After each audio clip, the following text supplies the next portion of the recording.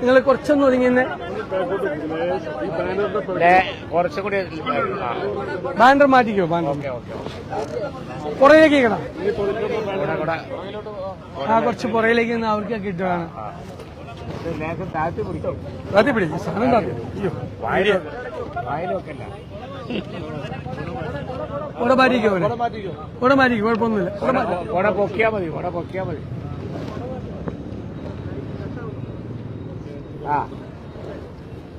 നിങ്ങൾക്കറിയാം, വളരെ ഗൗരവതരമായ ഒരു വിഷയമാണ് ശബരിമലയിൽ നടന്നിരിക്കുന്നത്. അവിടെ ശബരിമല ധർമ്മശാസ്താവിന്റെ സ്വർണം കവർന്നെടുത്തിരിക്കുകയാണ്. 2019 നടന്ന ഈ സംഭവത്തെക്കുറിച്ച് 2022 ദേവസ്വം ബോർഡിനും സർക്കാരിനും അറിവുണ്ടായിരുന്നു. ഹൈക്കോടതിക്ക് ഇപ്പോൾ നടത്തിയ ഇടപെടലിലൂടെയാണ് ഇത് മനസ്സിലായത്. 2019ലെയും 22ലെയും മഹസറുകൾ പരിശോധിച്ചപ്പോഴാണ് സ്വർണം അവിടെ നിന്ന് മാറ്റപ്പെട്ടിട്ടുണ്ട് എന്ന് ഹൈക്കോടതിക്ക് ബോധ്യമായി. അപ്പോൾ ഈ തെളിവുകളെല്ലാം ദേവസ്വം ബോർഡിൽ ഉണ്ടായിരുന്നു. ആ തെളിവുകളുള്ളപ്പോൾ സർക്കാരും ദേവസ്വം ബോർഡും യാതൊരു ക്രിമിനൽ നടപടികളും സ്വീകരിക്കാതെ ഈ സ്വർണ്ണ മോഷണം മറച്ചുവെച്ചു. അതിനർത്ഥം ദേവസ്വം ബോർഡിലും സർക്കാരിലും ഉള്ളവർ ഈ കള്ളക്കച്ചവടത്തിൽ പങ്കാളികളാണ് എന്നാണ്. ഉണ്ണികൃഷ്ണൻ പോറ്റി മാത്രമാണ് ഉത്തരവാദിയെങ്കിൽ എന്തുകൊണ്ട് 2022 19ലെയും മഹസർ അനുസരിച്ച് ഉണ്ണികൃഷ്ണൻ പോറ്റിക്കെതിരായി ക്രിമിനൽ നടപടികൾ സ്വീകരിച്ചില്ല? പ്രധാനപ്പെട്ട ചോദ്യമാണ്. അപ്പൊ ഉണ്ണികൃഷ്ണൻ പോറ്റി മാത്രമല്ല, ഉണ്ണികൃഷ്ണൻ പോറ്റിയും ദേവസ്വം ബോർഡ് അധികാരികളും സർക്കാരിലെ ചിലരും ഈ കൂട്ടുകച്ചവടത്തിൽ പങ്കാളികളാണ്.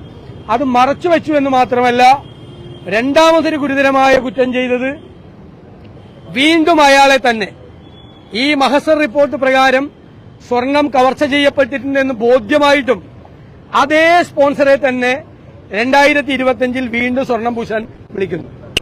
അപ്പോ ഇതെല്ലാം കൂട്ടുകച്ചവടമാണ്. അപ്പൊ വീണ്ടും പണം സമ്പാദിക്കാൻ വേണ്ടിയിട്ടുള്ള അയ്യപ്പന്റെ സ്വർണം കവർച്ച ചെയ്ത് 30 കിലോഗ്രാമിലധികം സ്വർണമാണ് UB ഗ്രൂപ്പിലെ വിജയ് മല്യ നൽകിയത്. അതിൽ ഒരു കാര്യത്തിൽ മാത്രമാണ് 4 കിലോ സ്വർണത്തിന്റെ കുറവ് കണ്ടുപിടിച്ചിരിക്കുന്നത്. ബാക്കിയുള്ള മെറ്റീരിയൽസിലെല്ലാം ഇതുപോലെ തന്നെ സ്വർണത്തിന്റെ കുറവുണ്ട്. അപ്പൊ നമ്മൾ അറിയേണ്ടത് 30 കിലോയിലധികം സ്വർണം UB ഗ്രൂപ്പ് കൊടുത്തിട്ട് അതിൽ എത്ര കിലോ കാണാതെ പോയിട്ടുണ്ട്? 4 കിലോ മാത്രമല്ല, അതിൽ കൂടുതൽ കാണാതെ പോയിട്ടുണ്ട്. എത്ര കിലോ കാണാതെ പോയിട്ടുണ്ട്? ദേവസ്വം ബോർഡ് സ്വർണം പൂശാൻ ഏൽപ്പിക്കുന്ന ഈ സംഭവം മദ്രാസിലെത്തുന്നത് 40 ദിവസം കഴിഞ്ഞിട്ടാണ്. 40 ദിവസം ഇത് എവിടെയായിരുന്നു? വേറെ ചെമ്പിന്റെ മോൾഡ് ഉണ്ടാക്കുകയായിരുന്നു. ചെമ്പുപാളി മാത്രമേ പോയിട്ടുള്ളൂ എന്നാണ് രേഖ. അപ്പൊ ഗുരുതരമായ വിഷയം അയ്യപ്പന്റെ സ്വർണം അവർ ചെയ്തതിലുണ്ടായിട്ടുണ്ട്. ഇതടക്കമുള്ള കാര്യങ്ങൾ ഹൈക്കോടതിയുടെ നിരീക്ഷണത്തിൽ CBI അന്വേഷിക്കണം എന്നാണ് പ്രതിപക്ഷം ഡിമാൻഡ് ചെയ്യുന്നത്. 1. 2, ഇപ്പോഴത്തെ ദേവസ്വം മന്ത്രി രാജിവെക്കണം.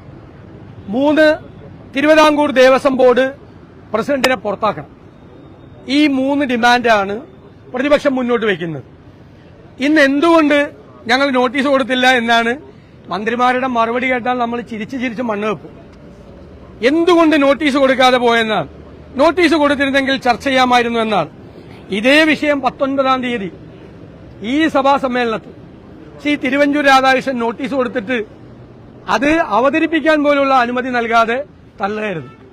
അതുകൊണ്ടാണ് ഞങ്ങൾ ഇന്ന് ചോദ്യോത്തരവേള തൊട്ട് ഞങ്ങൾ സമർപ്പിച്ചത്. ഇത് പറയാൻ നോട്ടീസ് കൊടുത്തിട്ട് അനുമതി തന്നിട്ടില്ല. പിന്നെ മന്ത്രിമാര് പറയണ കേട്ട് കഴിഞ്ഞാൽ വിചാരിക്കും ഇന്ത്യയിൽ ആദ്യമായി, കേരളത്തിലാദ്യമായി, ചരിത്രത്തിലാദ്യമായിട്ടാണ് ഈ ക്വസ്റ്റ്യൻ അവർ സമർപ്പിക്കുന്നതെന്നാണ്.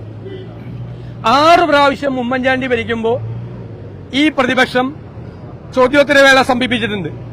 17/6/2013, 14/6/2012, 17/6/2013, 12/12/2014, 15/12/2014, 23/3/2015. അപ്പൊ ചോദ്യോത്തരവേള സ്തംഭിപ്പിക്കുന്നത് എന്തോ മഹാപാതകമാണ്, ജനങ്ങളോടുള്ള വെല്ലുവിളിയാണെന്നൊക്കെ സ്പീക്കർ പറയാം. ഇവരെല്ലാം ഇത് ചെയ്താണ്. 6 പ്രാവശ്യമാണ് ഞങ്ങൾ പ്രതിപക്ഷത്ത് ഇപ്പോ വന്നിട്ട് ഞങ്ങൾ ആദ്യമായിട്ടാണ് ചോദ്യോത്തരവേള സ്തംഭിപ്പിക്കുന്നത്, അല്ലെ? ഇത് 6 പ്രാവശ്യം സ്തംഭിപ്പിച്ച ആളുകൾ അപ്പുറത്തിരുന്ന് ഞങ്ങൾക്ക് ക്ലാസ് എടുക്കുക. ഞങ്ങളെ ഞെട്ടിച്ചതെന്താണ്? മന്ത്രി ശിവൻകുട്ടി പറയാണ് മര്യാദ വേണം സമരം ചെയ്യണേന്. എങ്ങനെയാണ് സമരം ചെയ്യണമെന്ന് ഞാൻ വേണമെങ്കിൽ കാണിച്ചു തരാം. ദയവേത് അദ്ദേഹം കാണിക്കരുത്. അദ്ദേഹത്തിന്റെ അടിവസ്ത്രം വരെ പണ്ട് കണ്ടതാണ് കേരളത്തിലെ ജനങ്ങൾ മുഴുവൻ. അദ്ദേഹം കാണിച്ചു തരരുത് മര്യാദയും എങ്ങനെയാണ് സമരം ചെയ്യണമെന്ന്. ദയവേത് കാണിച്ചു തരരുത്. എന്തൊരു തമാശയാണ് ഇവർ പറയുന്നത്. വളരെ ഗൌരവതരമായ ഈ വിഷയം ഇന്ന് ചേരുന്ന കോൺഗ്രസിന്റെ രാഷ്ട്രീയകാര്യ സമിതിയും നാളെ ചേരുന്ന UDFും ഗൌരവകരമായി ഈ വിഷയം ഏറ്റെടുത്തുകൊണ്ട് ഈ 3 ആവശ്യങ്ങൾ ഉന്നയിച്ചുകൊണ്ടുള്ള പ്രക്ഷോഭ പരിപാടികളുമായി മുന്നോട്ട് പോകും. വളരെ പവിത്രമായ, കാലാകാലമായി യാതൊരുവിധ കോൺട്രോവേഴ്സികൾക്കും ഇടം കൊടുക്കാതെ UDF ഗവൺമെന്റുകൾ മുഴുവൻ, ഒരുപക്ഷെ UDF ഗവൺമെന്റുകളല്ല കഴിഞ്ഞ കാലങ്ങളിൽ 2019 മുമ്പുള്ള ഗവൺമെന്റുകളൊക്കെ കൈകാര്യം ചെയ്തു പോയ ഒരു വിഷയമാണ് ശബരിമല. അതുപോലെ തന്നെ മണ്ഡലകാലം അവിടെ നടക്കുന്ന ആരാധനാ കർമ്മങ്ങൾ, അതിലെ അനുഷ്ഠാനങ്ങൾ എല്ലാം. പക്ഷേ ഈ ഗവൺമെന്റുകൾ ഇടതുപക്ഷ 2019 ശേഷം ഈ ഗവൺമെന്റ് വന്നതിന് ശേഷം തന്നെ ശബരിമല എപ്പോഴും രാഷ്ട്രീയ കോൺട്രോവേഴ്സിയിലാണ്. യുവതീ പ്രവേശനം തൊട്ട് ഇങ്ങോട്ട് വന്നതാണ്. എത്ര കോൺട്രോവേഴ്സികളാണ് രാഷ്ട്രീയമായി ശബരിമലയെ മുതലെടുക്കുന്നത് കൊണ്ടാണിത്. അതാണ് ഇവിടെ വന്നിരിക്കുന്നത്. എന്നാൽ അവിടെ അയ്യപ്പ ഭക്തർ, അതും ഇന്ത്യ മുഴുവനുള്ള അയ്യപ്പ ഭക്തർ, അവർ വളരെ പവിത്രമായി കരുതുന്ന ആ സന്നിധാനത്തെ ഇങ്ങനെ ഇതിലും വലിയ ഒരു സംഭവം ഇനി ഉണ്ടാവാൻ എന്താണ്? 2019 ശേഷം നിരന്തരം നടന്ന ഈ കളവ്, ഈ കൊള്ള, അത് കണ്ടുപിടിക്കാത്തത് ഒരു ഗവൺമെന്റിന്റെ ഉത്തരവാദിത്തം തന്നെയാണ്. 19 ശേഷമുള്ള ഗവൺമെന്റുകളുടെ 2 ഗവൺമെന്റുകൾ അവരുടെ ഉത്തരവാദിത്തം തന്നെയാണ്. മന്ത്രിമാരുടെ ഉത്തരവാദിത്തമാണ്, ദേവസ്വം ബോർഡിന്റെ ഉത്തരവാദിത്തമാണ്. യാതൊരു സംശയവും ആ കാര്യത്തിലില്ല. ഇത് നിയമസഭയിൽ ചർച്ച ചെയ്യാം. എന്ത് ചർച്ച ചെയ്യാനാണ്?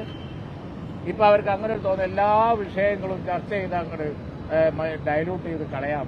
ഇതങ്ങനെ ഡയലൂട്ട് ചെയ്ത് കളയാൻ പറ്റുന്ന ഒരു വിഷയമല്ല. അത് ചർച്ച ചെയ്താൽ തീരൂല. ഇതിൽ ആക്ഷനാണ് വേണ്ടത്. ഇതിൽ ജനങ്ങൾക്ക് വിശ്വാസം വരുന്ന, കോൺഫിഡൻസ് വരുന്ന, ശബരിമല സംരക്ഷിക്കപ്പെടുന്നുണ്ട് എന്ന് കോൺഫിഡൻസ് വരുന്ന ആക്ഷനാണ് വേണ്ടത്. ആ ആക്ഷൻ വരെ തീർച്ചയായും ഈ സമരം നിലനിൽക്കും. തീർച്ചയായും UDFും അതിനോടൊപ്പം നിൽക്കും. ശബരിമലയുടെ പവിത്രത സംരക്ഷിക്കാൻ വേണ്ടിയുള്ള ഈ സമരത്തിൽ UDF അടിയുറച്ചു നിൽക്കും എന്നാണ് പറയാനുള്ളത്. ഞാനൊരു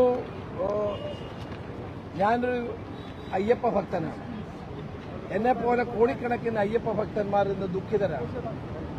അയ്യപ്പന്റെ മുതൽ അടിച്ചു മാറ്റുന്നവരെ സംരക്ഷിക്കുന്നു. ഗവൺമെന്റ് ഇക്കാര്യത്തിൽ മൗനം പാലിക്കുന്നു.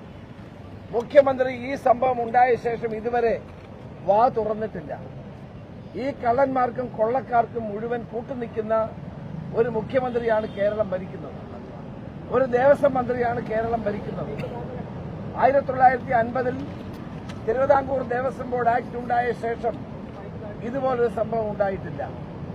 ഇവിടെ സ്വർണം മാത്രമല്ല, ഭക്തജനങ്ങൾ ഭക്തിപൂർവ്വം കാണിക്കയായി നൽകുന്ന പലതും ഇവിടെ അടിച്ചു മാറ്റുകയാണ്. സ്വർണം ഒരു ഭാഗം മാത്രമാണ്. കാണിക്ക അടിച്ചുകൊണ്ടുപോകുന്നു, സ്വർണം അടിച്ചുകൊണ്ടുപോകുന്നു, സ്വർണപ്പാളികൾ സ്വർണം പൂശാനാണെന്ന് പറഞ്ഞു കൊണ്ടുപോകുന്നു. ആരുടെ അനുവാദത്തോടെ കൊണ്ടുപോയി?